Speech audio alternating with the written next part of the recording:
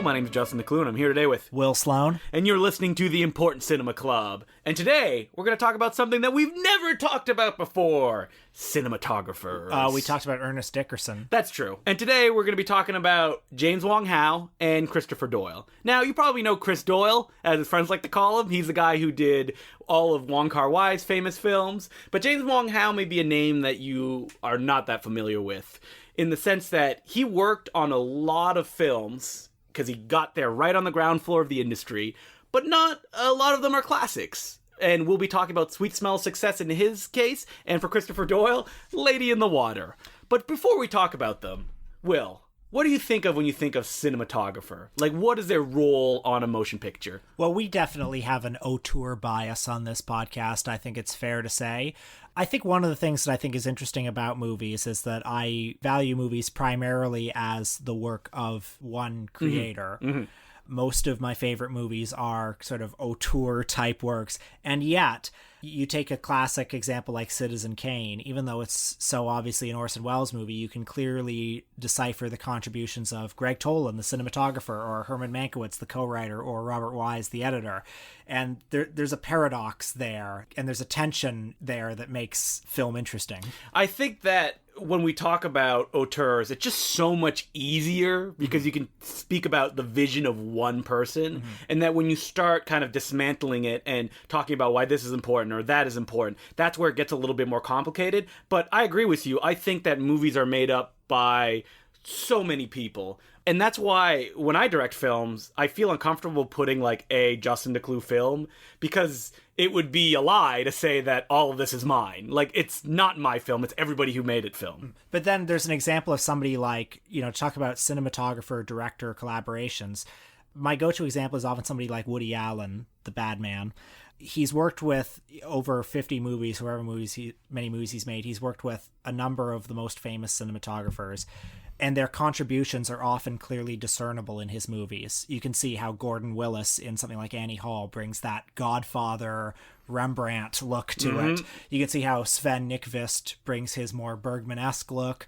In the guy he's working with now on Cafe Society. Yeah, Vittorio Storaro. He brings a very ripe and lush color sense, and yet at the same time, they all look like Woody Allen movies. Because Woody Allen specifically doesn't shoot in a fancy style. So they are, I don't want to say trapped, but limited by the story that he's telling. And also, he has a sensibility. He likes warm colors. He likes autumnal colors, golds and reds and browns and beiges. And I think this example with Woody Allen shows why we don't talk about cinematographers as the author of the film. Even though, Orson Welles famously gave Greg Toland credit on the same card in the Citizen Kane credits as him out of modesty. Cinematographers contribute simply one aspect of the film's overall design, and often they're at the service of articulating someone else's ideas. And when cinematographers venture out into directing on their own, the results are often disastrous, like Wally Pfister or Christopher Doyle, to cite recent examples. Where, I don't want to paint a brush on all cinematographers, but they often don't have a sense of how to tell a story in a compelling way, or they even step back like Wally Pfister and make an ugly looking film that has no story. And they might not have great ideas of their own. They're often at the service of someone else's ideas, but are able to articulate them beautifully. And cinematographers do multiple things, right? Like you said, they are there to kind of articulate the ideas of the director, but they are also there as a technical person who needs to know how to execute these ideas, where a lot of cinematographers will often be commended by the people that they work with because they're able to bring to life these ideas the director asks from them in beautiful ways, and most importantly, being able to do it quickly. Because that is the one thing that, like, you often hear directors interviewed go, oh yeah, this person was able to work really fast. I don't know if we've talked about this on the podcast before, but cinema is a time-sensitive artistic endeavor where the people making it need to work quickly to get it done, no matter what it is, whether it be an Ed Wood picture or like a Michael Bay film. And that the cinematographer is that link in getting it done fast. Because the director says, all right, I want this done. all the other departments are running around, but it really comes down to the cinematographer of being able to set it up and being able to go, all right, let's roll. So James Wong Howe, in all the interviews that I've read about him, has always talked in that context, like, I'm the guy who can do it with nothing. And that's very important because James Wong Howe started in the industry right from the get-go. He worked with pretty much everybody famous, from shorts right up to features. But the thing about James Wong Howe is he unfortunately was a studio man. He just went where he was sent. So the kind of pictures that he worked on were not defined by him. He could just make them as good looking as he was asked to make them look. Like, looking at the list, he worked with people like Raoul Walsh on Pursued, Samuel Fuller on Baron Arizona, Fritz Lang on Hangmen Also Die, Todd Browning on Mark of the Vampire, Howard Hawks on Air Force, all famous directors. And while some of those films, people really like them, none of them are considered classics. Well, some of them are considered classics. Baron of Arizona is kind of they're minor classics. They're minor classics. He did Body and Soul, he did HUD, he did Yankee Doodle Dandy. The Thin Man. Yeah. Seconds. But he does have one film that is his unquestioned, I think, masterwork. And that is Sweet Smell of Success. Sweet Smell of Success was released in 1957. It tells the story of a Walter Winchell-like gossip columnist in New York, played by Burt Lancaster, and the press agent who is out there night after night scrounging, trying to find a bit of gossip for him to make his living, played by Tony Curtis. This movie is directed by one Alexander McKendrick, and McKendrick directed a number of movies, but this is kind of the only one that's endured. It's hard to tell how much, frankly, McKendrick is responsible for the movie and how much the much more celebrated writer, Clifford Odets, famous for his socially conscious left-wing theater works, as well as the cinematographer, James Wong Howe, how much they're responsible for it. Because when people talk about the film, they often contextualize it in the visuals that Wong Howe brings and the acidic writing that Odette brings to the table. Because this is a film that's all about the way people talk, and the fact that James Wong Howe brought this noirish kind of defined lighting style to it really makes it pop. There's a perfect symbiosis between his photography and the very kind of hard-boiled dialogue that Clifford Odets writes. Both of them are very, very sharp and harsh and heightened. At one point, Tony Curtis says, "I love this dirty town." And indeed, the town looks very dirty. Like, at night, New York in this movie looks like an ink pit. It's lighted by, these street lamps and these car lights and the reflections of these lights on the wet roads. But you don't get a great sense of the surrounding space. While it does have that kind of claustrophobic feel, it's also right on the cusp of the kind of Hollywood guerrilla style filmmaking that would become the norm, in the sense that it is shot on like New York streets with these Hollywood stars moving around these large spaces. I was actually reminded a little bit of Raoul Coutard's photography for Breathless 3 years later, in the sense that both these films are so busy. Sweet Smell of Success in its night scenes is shot in deep focus cinematography in these very cramped restaurants and nightclubs where there's so much stuff happening in every plane of the frame and all of it's in focus.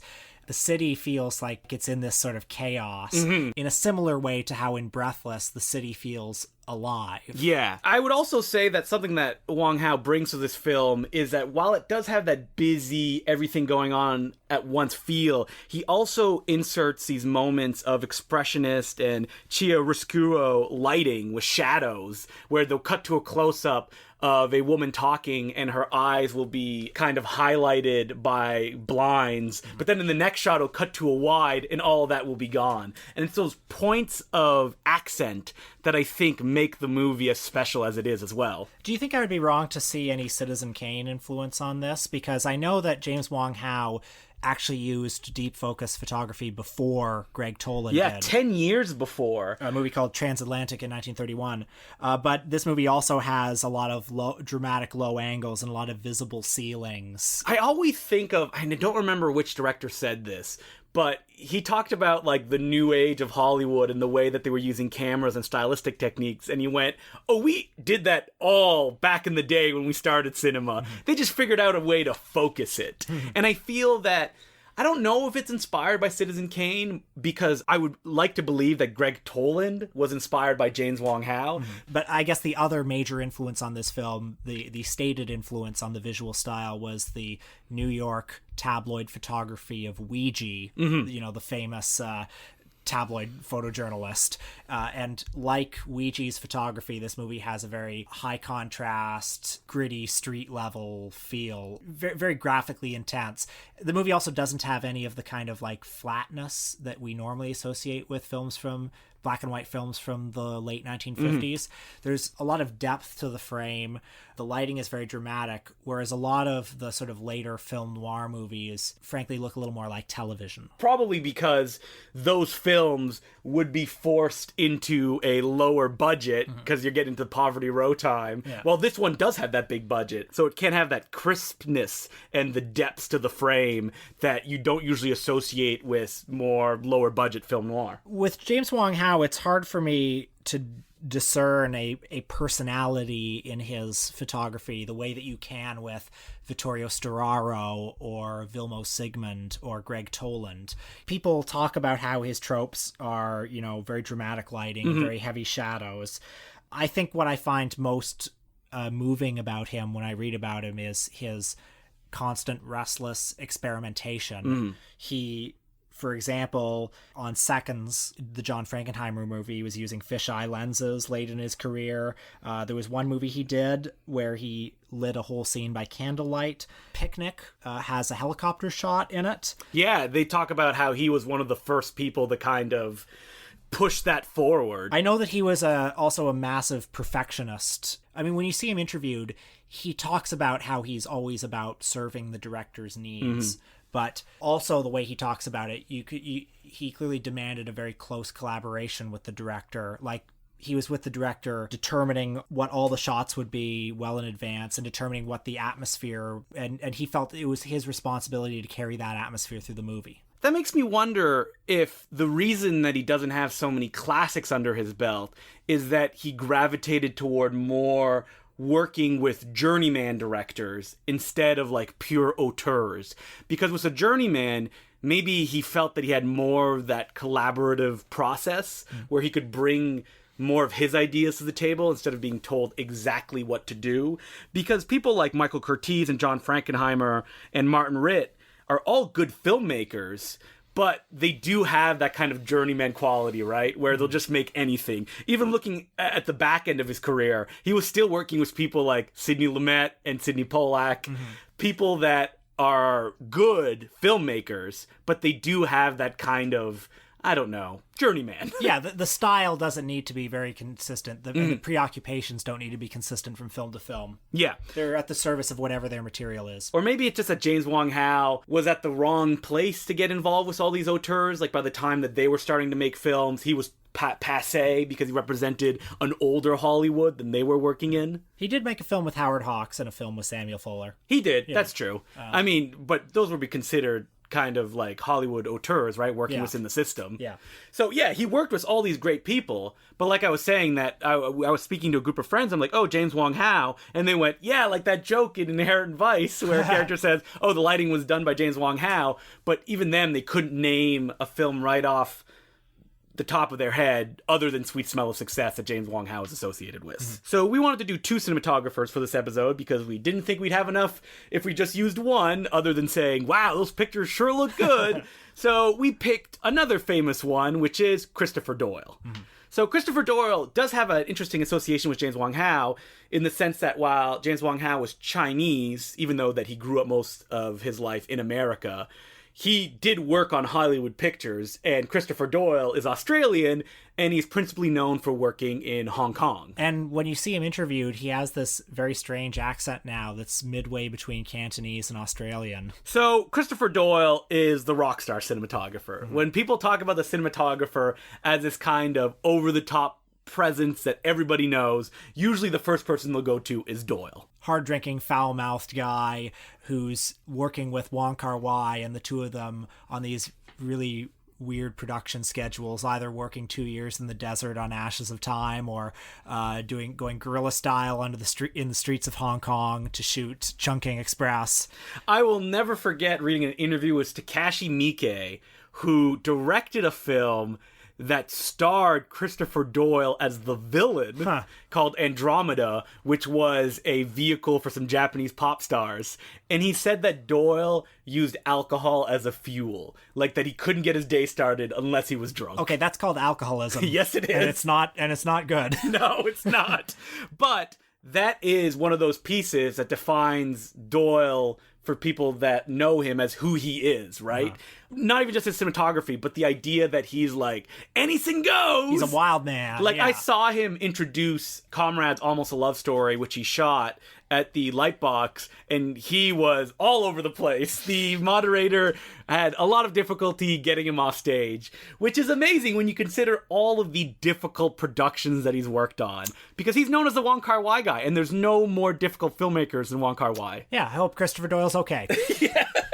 I think when we think of Christopher Doyle, we think of him in two modes. We think of either the very warm, velvety, sumptuous, very red look of In the Mood for Love or Hero, or we think of the guerrilla style, poppy, almost like, what they once would have called MTV style cinematography of Chungking Express. But he can also do something very cold and slick, and very kind of blue tinted, like Infernal Affairs, or the remake of Psycho. Or he could do something like Days of Being Wild, which is very earthy looking and very languid. And I know Days of Being Wild was sort of inspired, the visual style was inspired by the paintings of Edward Hopper. So he's a man of many talents. And he's a man that surprisingly got into the cinematography game fairly late in his life. He was 31 years old before he actually started showing an interest in it. And that was kind of out of photography, which he was doing at the time. And he was a man who was known for traveling the world. And when he ended up in Taiwan, his photography actually got him a job shooting Edward Yang's That Day on the Beach in 1983. And if you're going to start working in Chinese with a director, you might as well start with an art house darling like Edward Yang. This morning I revisited Chungking Express, which I think is the quintessential Christopher Doyle Wong Kar-wai collaboration. Holds up, I'm pleased to say. Much of Chungking Express is set in this area of Hong Kong called the Chungking Mansions. Very densely packed community, very low income community, a lot of a high immigrant population, a lot of very seedy stores. The movie implies a lot of drugs. In this film, the way he shoots it, I mean, there's no other movie I can think of that gives you a greater sense of what Hong Kong is like and a greater visceral feeling of Hong Kong, but you never get a great sense of the space. Like, Hong Kong is this city that's almost like collapsing in on itself, and Doyle uses his step framing, the famous step framing, and which every filmmaker rips off on a short film when they see Chungking Express. Yeah, and all these stores, all these colors, all these people are like collapsing into themselves. And even when we see the protagonists in their own apartments, the apartments look like they're collapsing in on themselves because there's just so much stuff in there. The characters hardly have any room to move. And this brings up a good point of where Christopher Doyle and Wong Kar-wai start, where the visual look is so distinctly Christopher Doyle, right? Which is that off-the-cuff kind of, we grabbed this shot, we did this shot, we didn't have permits to do it, even though that we're shooting with these giant pop stars. And he's always like, even in those circumstances, finding the beauty in the everyday. He's finding the beauty of the neon lights and CDs and a jukebox and everything. And I think that Christopher Doyle was the perfect cinematographer to work with Wong Kar-wai, because Wong Kar-wai's energies are also that slapdash, pull it together at the last minute. The fact that Chungking Express was a film that was made between the breaks in filming the epic Ashes of Time, which Christopher Doyle was shooting, adds more to that energy that Chungking Express has, that is illustrated not just by Doyle's shooting style, but also by the editing scheme and the way that the storytelling moves that Wong Kar-wai brings to it as well. Because, like, we talked about it before, but I think it's so important when a cinematographer and a director are on the same page. Because when you have an amazing cinematographer that comes to do a director that has a very distinct style, and they're kind of, like, stylistically different, you get usually a good-looking picture that is not that compelling. I saw Kelly Reichardt talk at Ryerson University last week, and she was talking about how she had some difficulty with cinematographers in the past. She described them as sort of like boys and their cameras. But she was also talking about shooting Wendy and Lucy, how the cinematographer on that was a full foot taller than her and therefore saw the world differently than her. and like just even that was a tricky thing to reconcile. On the 2 feature films that I've shot, the cinematographer has been my best friend on the shoot. He's the one that I go to, that I share ideas with, and he's also the one that I usually check with and go, all right, did we get that? And he checks it, he gives second confirmation. Yes, we got it. For me, the cinematographer has been the person that I have to trust, because at the end of the day, that person is the one that's putting the images on screen. Sometimes he's using the camera, he's lighting it. So it's so important. And it's kind of crazy to think that Christopher Doyle is that person, especially when he works on Hollywood films, considering the personality that he has. But you know what? He obviously makes it work, because he worked on pictures like Lady in the Water, which was M. Night Shyamalan's big, I don't know if I want to say comeback film. His folly. Yeah, because he had made The Village, and that had been a commercial success, but you could feel audiences and critics kind of pushing against him a little bit. He was starting to be known as the twist guy. Yes, and he wanted to make something that was fresh and new, and that you can tell the way that he's talked about the film in interviews before it came out, wanted to be like a modern day classic, if you will. I believe it was even marketed as a bedtime story by M. Night Shyamalan, and you can just imagine him tucking you in at night and reading you this magical story about the narfs and the scrunts. So had you seen this movie before? No, I hadn't. When it came out, like, the knives were out for M. Night Shyamalan. The backlash was in full swing. I mean, around this time, he was definitely ready for his Bogdanovich-like downfall, where everyone was kind of tired of him. He had sort of developed the reputation as like an egomaniac, and I think people were ready to see him fail. And Lady in the Water gives so much ammunition to those people, because it's a film about creativity that positions M. Night himself, who acts in the film, as the greatest person in the world who will save basically planet Earth. Yeah, and the villain of the piece is a film critic named Mr. Farber. Now, do you think that, like, M. Night had, like, a weird grudge against Manny Farber? That seems so weird. Well, it's a little surprising that he made film critics the enemy, since I think they were pretty kind to him up to this point. I think it was more that audiences were kind of putting him in a box. Yeah, but if you read some of the contemporary reviews, certain film critics definitely took this swipe personally. And it's the most dead-on swipe since Emmerich's Ebert and Roper in the Godzilla remake. Yeah. In the sense that the critic, played by Bob Balaban, is grumpy and he's mean and he dies a brutal death. Yeah. Where he comments on the fact that because he's a critic and he knows how things work, he cannot die. But whoa, what a twist, he does. I think that scene felt a little out of place. Yes, it did. Like it had a level of irony and a knowing quality that was in quite a different tone than the very earnest rest of the film. So for people that don't remember, the film is about Paul Giamatti playing a Cleveland Heap. Cleveland Heap. Isn't that what his name is? There once was a man named Cleveland Heap.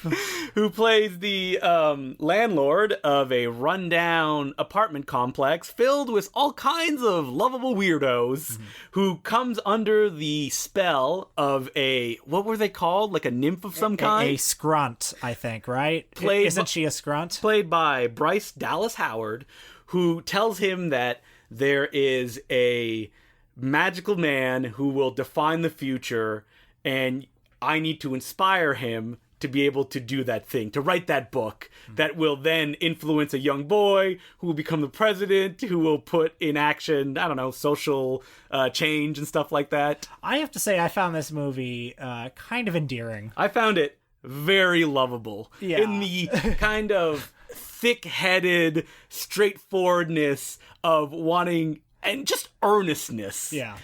There's an amazing book about the making of the movie called The Man Who Heard Voices, or How M. Night Shyamalan Risked His Career on a Fairy Tale, written by Michael Bamberger.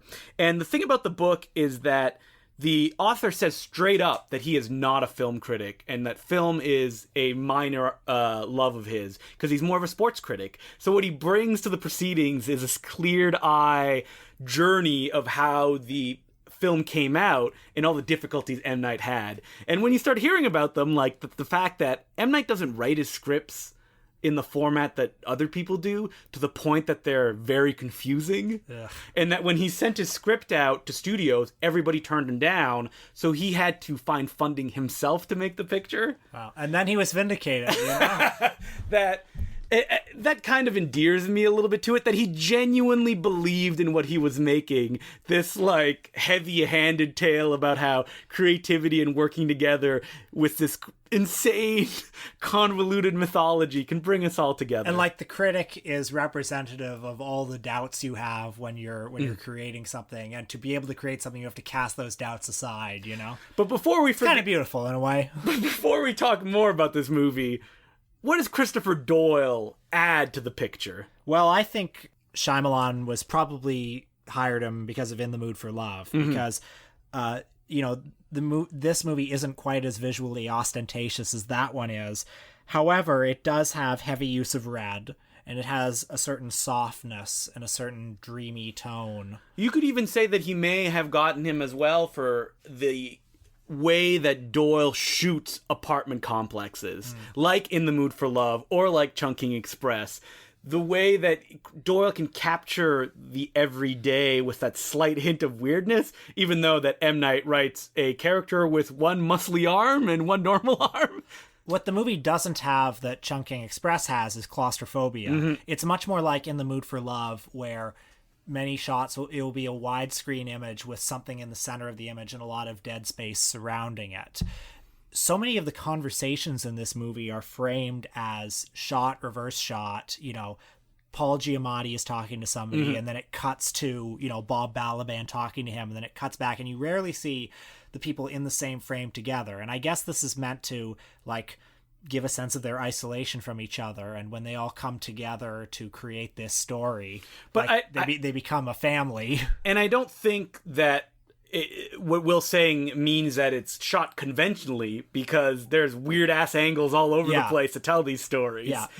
But I'm just kind of I was surprised watching it how barren the frame often was, and how alienated all the characters seen from each other. But that's also something that I always associate with M. Night, that I think Christopher Doyle just underlines in this movie, is that while as M. Night was discussed as the heir to Spielberg when he was coming out, his style is not like him at all. He has more of a slow, plodding way to tell a story, a kind of importance to what he's doing. And it's very stilted at times. Which I think that working with Christopher Doyle may have been his attempt, and it does work in some respects, to bring a more life to the frame that his films don't always have, because they do feel calculated in the way they go about things. But he was also clearly going for this kind of dreamlike tone, which I guess he thought Doyle would be able to provide. I don't know if they're entirely successful. And like we said, it's a film that, while I did enjoy watching it, it doesn't dramatically work in the way that he wants. And that's not just Doyle, because I think Doyle captures the images that were asked of him. It's more on the head of people like Paul Giamatti, who is given the most hilarious stutter in cinema history. He gives a very Giamatti-ish performance.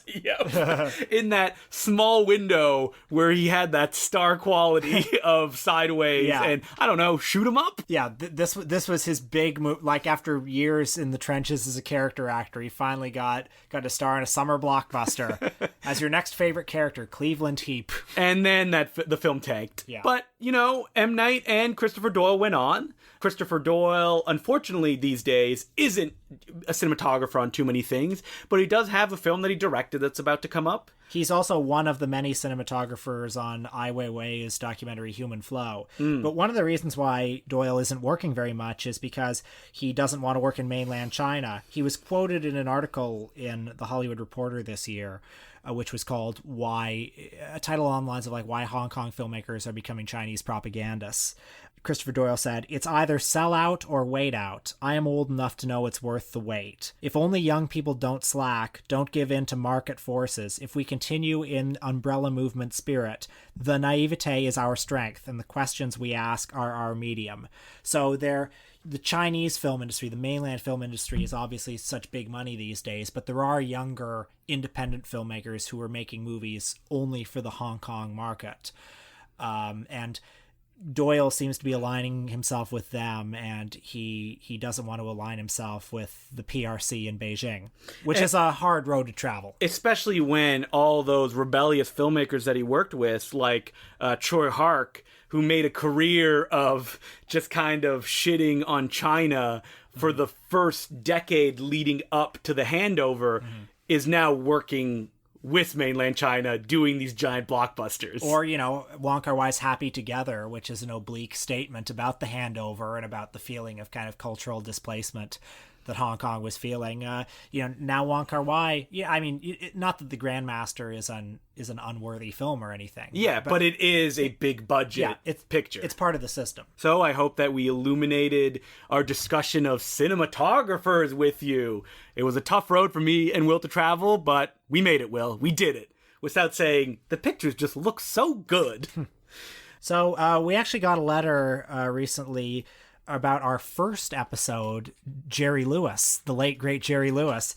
And it's a rather long letter, so I'm going to condense it to a few points, but it comes from Elise Moore, who says of Jerry Lewis, "First, I was pleased to see Cracking Up get some love. It is definitely superior to Hardly Working, and I've wondered if that's because it reunited Jerry with screenwriting partner Bill Richmond. I recently heard on another podcast that Richmond first worked with Jerry on The Bellboy, uncredited, which supports the theory that their collaboration is behind Jerry's better, or sometimes just stranger work. Although I do have a soft spot for Which Way to the Front. By the way, I do too." She also mentions, "I firmly prefer Jerry's self-directed films over his Tashlin films, although there's so much overlap in concepts that they almost seem to take place in the same universe. Either Jerry was contributing ideas to his Tashlin films, or he felt free to rip off Tashlins in his own films. My problem with the Tashlin films, comparatively, is, ironically, they're way too normal compared to what Lewis did in his own films, although they do some very interesting things with his persona." Do you agree with that? I actually do. I think Frank Tashlin is a more disciplined filmmaker, and I like his films with Jerry Lewis, but I think the difference between them is that Frank Tashlin is a social satirist. He's interested in, the media and consumer culture, whereas Jerry Lewis is interested in the self. I always associate Tashlin's films with being not quite as funny as Jerry Lewis's films, but like you said, more visually controlled. Yeah. Because he was an animator, and that he brings that aesthetic to the films that he put Jerry in, which is two weird objects clashing together because he's used to doing this very storyboarded out stuff, and then you have this wild card that's Jerry doing whatever he does on screen. I think the point too about Bill Richmond is interesting. I heard Sean Levy, not the filmmaker, but the writer Sean Levy, after Bill Richmond died, Levy commented that you could read Jerry Lewis's career as a series of collaborations, starting with Jerry Lewis and Dean Martin, then Jerry Lewis and Frank Tassin, and then Jerry Lewis and Bill Richmond. And after they stopped working together, it was downhill very quickly. We've talked about doing a Frank Tashlin episode in the future, and it's still on our list, because I think that'll be fun. So anyway, thank you to Elise Moore. The next letter is from Nate Arch, and he goes, "Gents, long time, first time Patreon supporter here. First off, thank you for the wonderful podcast. May your wildest Podmas Link dreams come true." We can only wish, eh? I know, the AV Club isn't what it was. You have the... The person is writing a podcast entry right now, and they hear that, they're like, wait a minute. That Kinja is terrible. I mean, hey, I love the AV Club. I visit every day. In its glory. I used to visit every day back in like 2009. It's turning into your the Ain't It Cool news of its generation. Yeah. You have the best movie podcast on the interwebs, and I hope it is only a short matter of time when you gain wider, blank checkish size acclaim, as it richly deserves. Yeah. That'd be nice to have that blank checkish kind of buy a mansion. And does he have a roller coaster in that? I'm thinking of Richie Rich. Yeah. Oh yeah, Blank Check, the movie.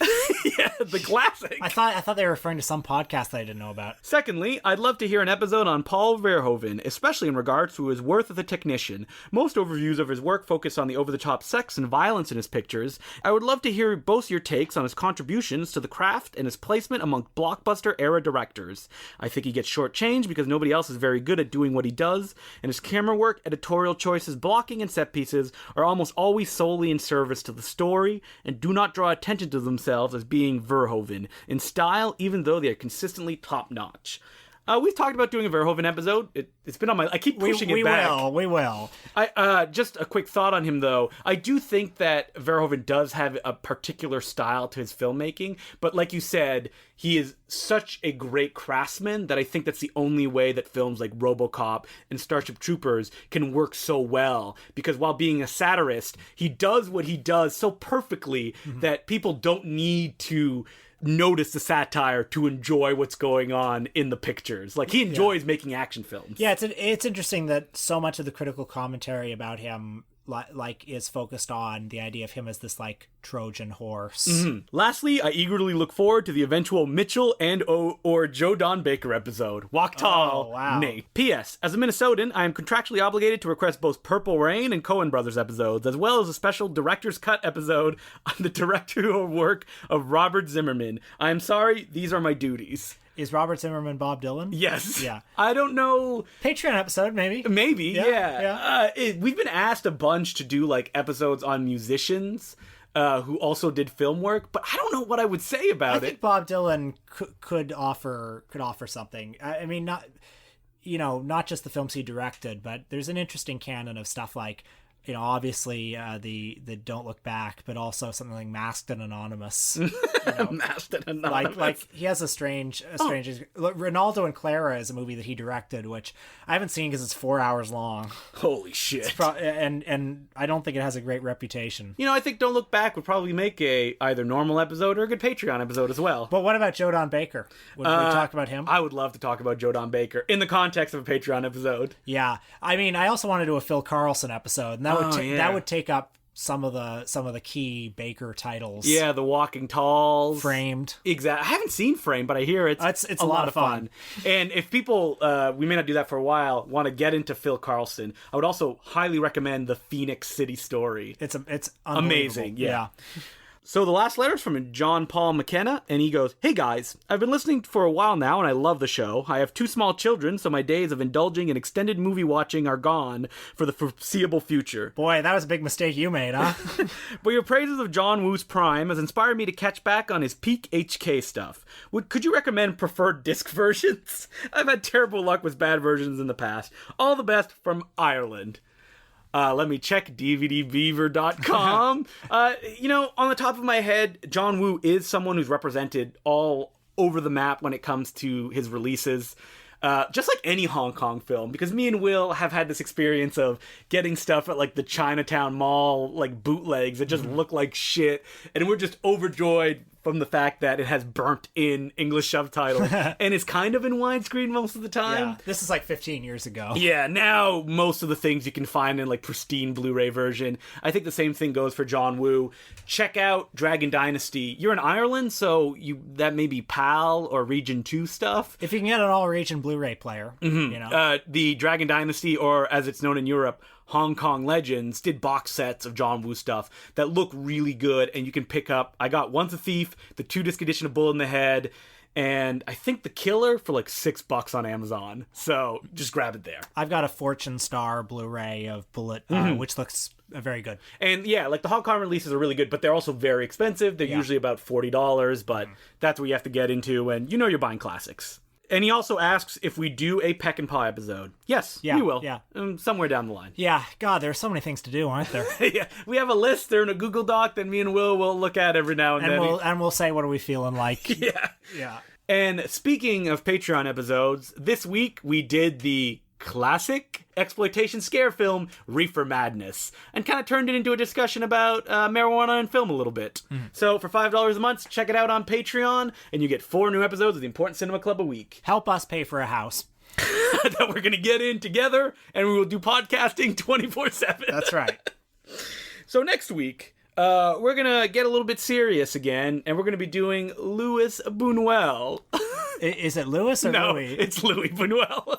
It's a filmmaker that I'm actually not that familiar with as far as his entire canon goes. I've seen most of the high points, Chien Andalou, L'Âge d'Or. yeah, and The Exterminating Angel, and other films of that ilk. But we'll be watching The Discreet Charm of the Bourgeoise, and I think we decided on Exterminating Angel, right? Yeah.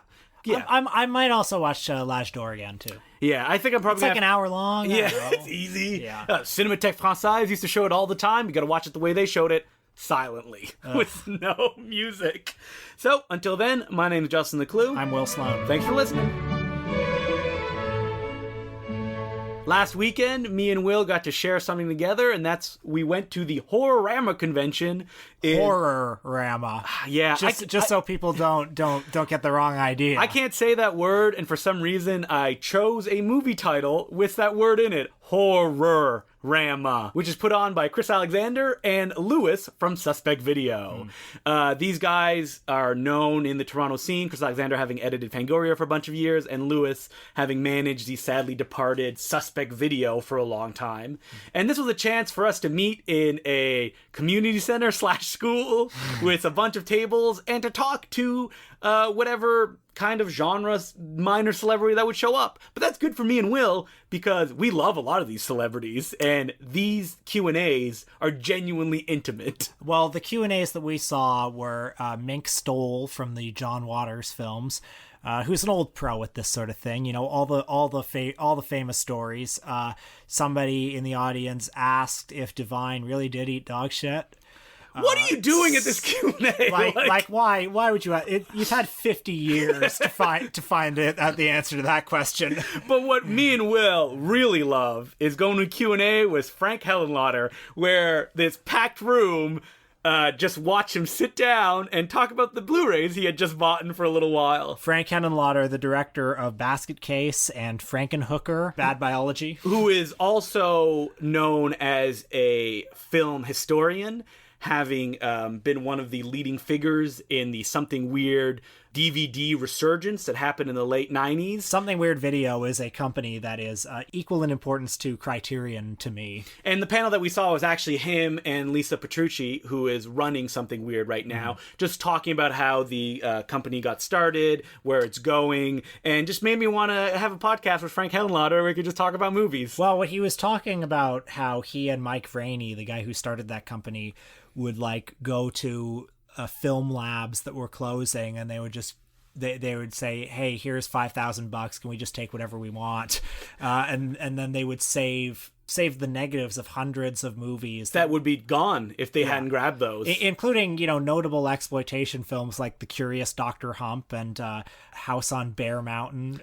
These titles may mean nothing to you, but they mean a lot to me. And I think the best piece of information I gleaned from Hellenlotter during that Q&A is when he just casually admitted that he's helping write a book on Roberta Findlay. Oh, favorite of the podcast. And then Will Sloan jumped in and said, wait, what kind of book? Well, I wanted to know if it was a biography or if it was a collection of interviews or something. It's going to be everything, apparently. And supposedly she's involved, which just goes to show that her tough exterior is melting as time goes on. He sat down and he was showing the collected people the DVDs he bought. One of them was A Woman's Torment, and another one was a movie called Paganini Horror. Yes. Which, have you ever seen Paganini Horror? I have. Directed by Luigi Cosi, the director of Star Crash. Not very good, so don't check it out. But Hellenlotter had a crazy German hard box of it, and he went, why not? Yeah.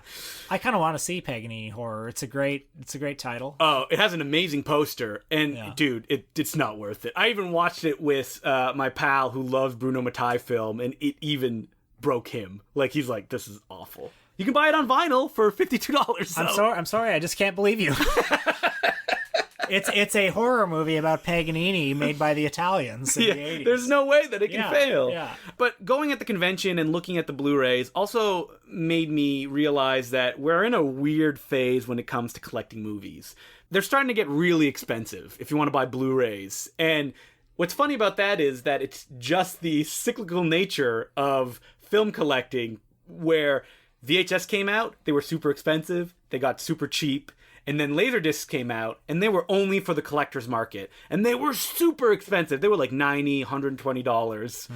I remember when I first started buying DVDs, I could not fathom buying these films that are so expensive. And while they did come in big box sets and they did look like they cost a lot, that's still so much. Mm-hmm. Then the mass market arrived for DVDs.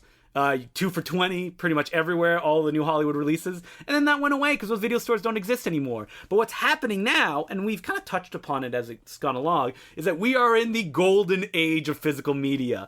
Companies have realized that if they release packed collector's editions to a very specific market, and they charge prices that are $30 to $52 Vestron Video at some points, that they will buy it because these people want these movies. But also, like, companies cultivate a sense of brand loyalty where you might buy something from a Vinegar Syndrome because you trust their imprint, even though you probably shouldn't. No, I don't think you should trust any of these labels. Because... but people do. It's like they've picked up a lot of lessons from Criterion. You know, the way that Criterion will also have like 4 releases a month and they're individually numbered, which gives them all this sense of like exclusivity. Well, I think the people buying the Blu-rays are probably the same reflection as me, is that I'll pick up a film and go, wow, they have 2 transfers on this because one of them is cinematographer approved and the other one's a new 2K from the negative. Yeah. That must mean that they care. And then I watch whatever movie it is and I'm like, oh man, this sucks.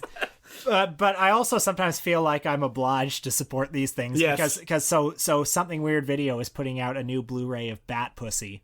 Oh, but you're gonna love that. Well, first of all, I've already seen Bat Pussy and I already love it. But but Bat Pussy is sort of porn film that I think was made in the Deep South in the early 70s. They don't know who made it. They don't know who made it. They just found a 60mm print, and it's one of the shoddiest things ever made. It's a Batman parody, but it seems like it was made by aliens. It's one of the most rigorously unerotic films of any genre, let alone pornography.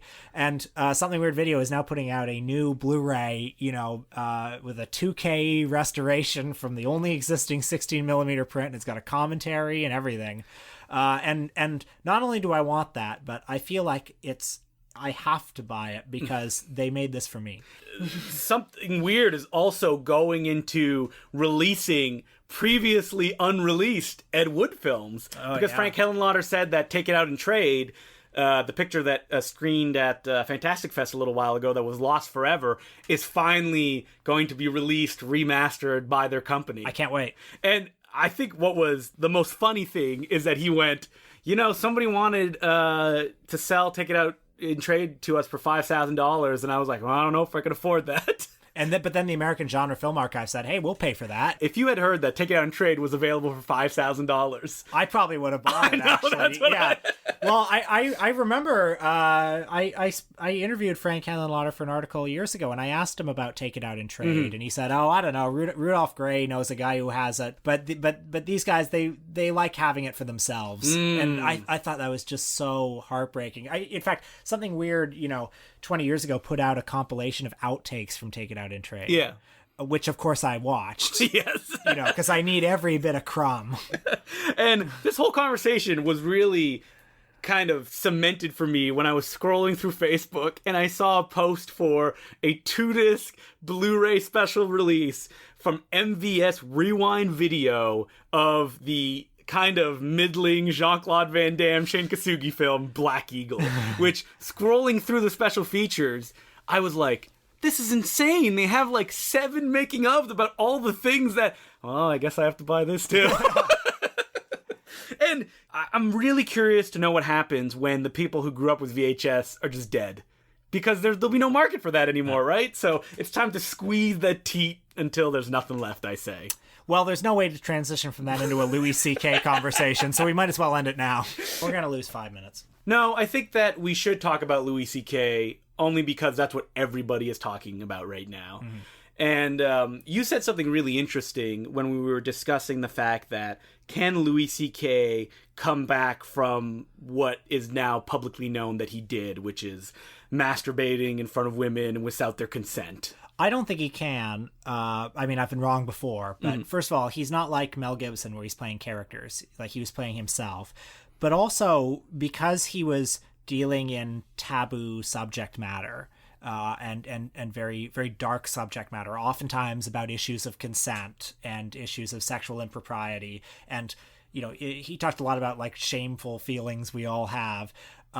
To be able to sort of, like, take you by the hand into that area and guide you into that area, the audience needs to have trust in him. You know what I mean? And now they need to trust that I will admit to you, the comedian, that I too share these thoughts, as long as we're certain that neither of us are going to act on those thoughts. Yes. You know? Because we're all laughing about it, but we all know that it's wrong. And that's why we're laughing about it. Right. And when that comes out, especially in the way that it did come out, which is that, like, it was there, people were talking about it, he wouldn't comment on it, he says, oh, it's just rumors. And then it unequivocally is just like, yeah, he did it. Then there's nothing, like, there's nowhere else for him to go. Yeah, the trust is gone. Yeah. And how can he do a comeback special about it? Because he can't just do, well, you know. Like you were talking about Mel Gibson before, and the career path that Mel Gibson took is that when he did finally start making movies again, there were, like, a weird apology tour about what he did. Like, Bloodfather is all about how he's terrible and he's trying to get better. Mel Gibson, it feels like everyone has gone, oh, we've forgiven you now. So he can parody that persona in something like Daddy's Home too. And also you can, you know, to use a tired phrase, separate the artist from the art with him more easily. You think so?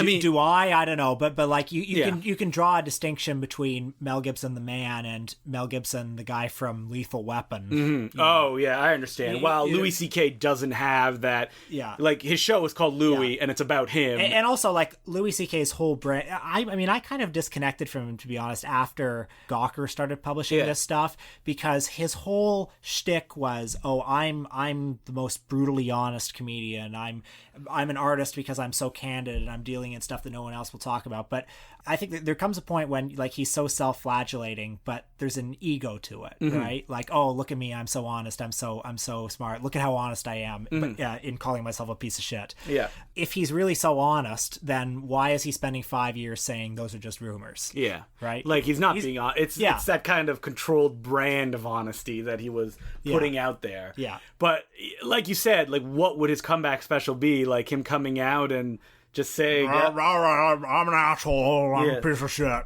you know. Like, no one can laugh at that because that's brutal. But people can laugh at your Louis C.K. impersonation. That sounds like Ted Levine in The Silence of the Lambs. And my daughter was mad at me. Put the lotion in the basket. Fucking hate my daughter. Well, you brought up something interesting in that there's a new book about Woody Allen that just came out. What is it called again? It's called Start to Finish by Eric Lax. And Eric Lax is kind of Woody Allen's Boswell. Like, he's followed him around for years.